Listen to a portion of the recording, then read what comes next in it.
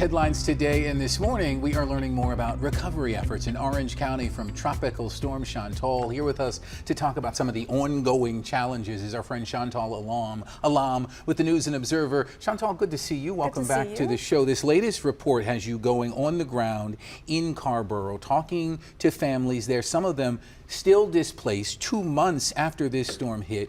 How are these folks coping with the displacement and then the uncertainty of maybe how long they're going to be displaced?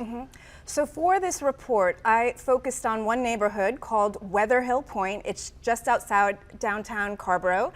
And the neighbors it's one of the hardest hit neighborhoods, and the residents were in total shock because they had no idea that they were living in a flood risk zone. Technically, they don't live in a flood risk zone. They're not in FEMA designated hazard zones. So they were not required to get insurance.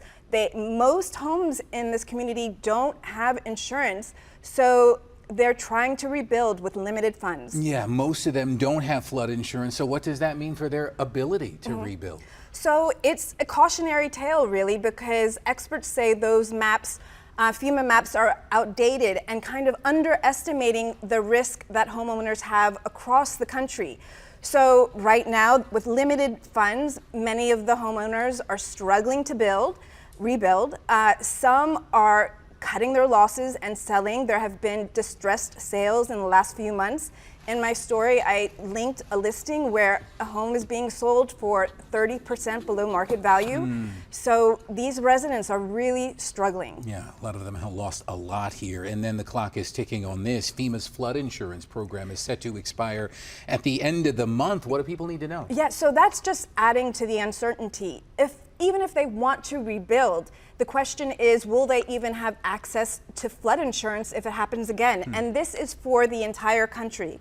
So FEMA manages the flood insurance program. It accounts for around 90% of all flood insurance policies around the nation, and it is set to expire at the end of the month.